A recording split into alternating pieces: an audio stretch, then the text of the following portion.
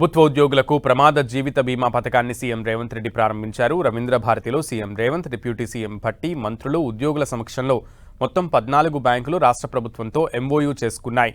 అన్ని ప్రభుత్వ శాఖల్లో పనిచేసే ఉద్యోగులతో పాటు కాంట్రాక్ట్, తాత్కాలిక ఉద్యోగులకు కూడా అమలు చేయాలని ప్రభుత్వం నిర్ణయించినట్లు తెలుస్తోంది. ఏదైనా ప్రమాదంలో ఉద్యోగి మరణిస్తే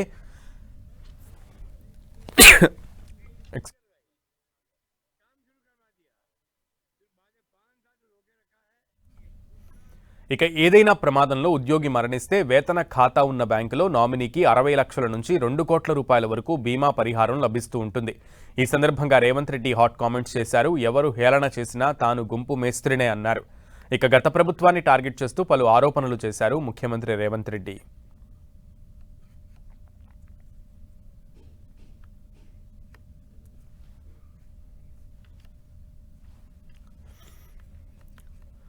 కొందరు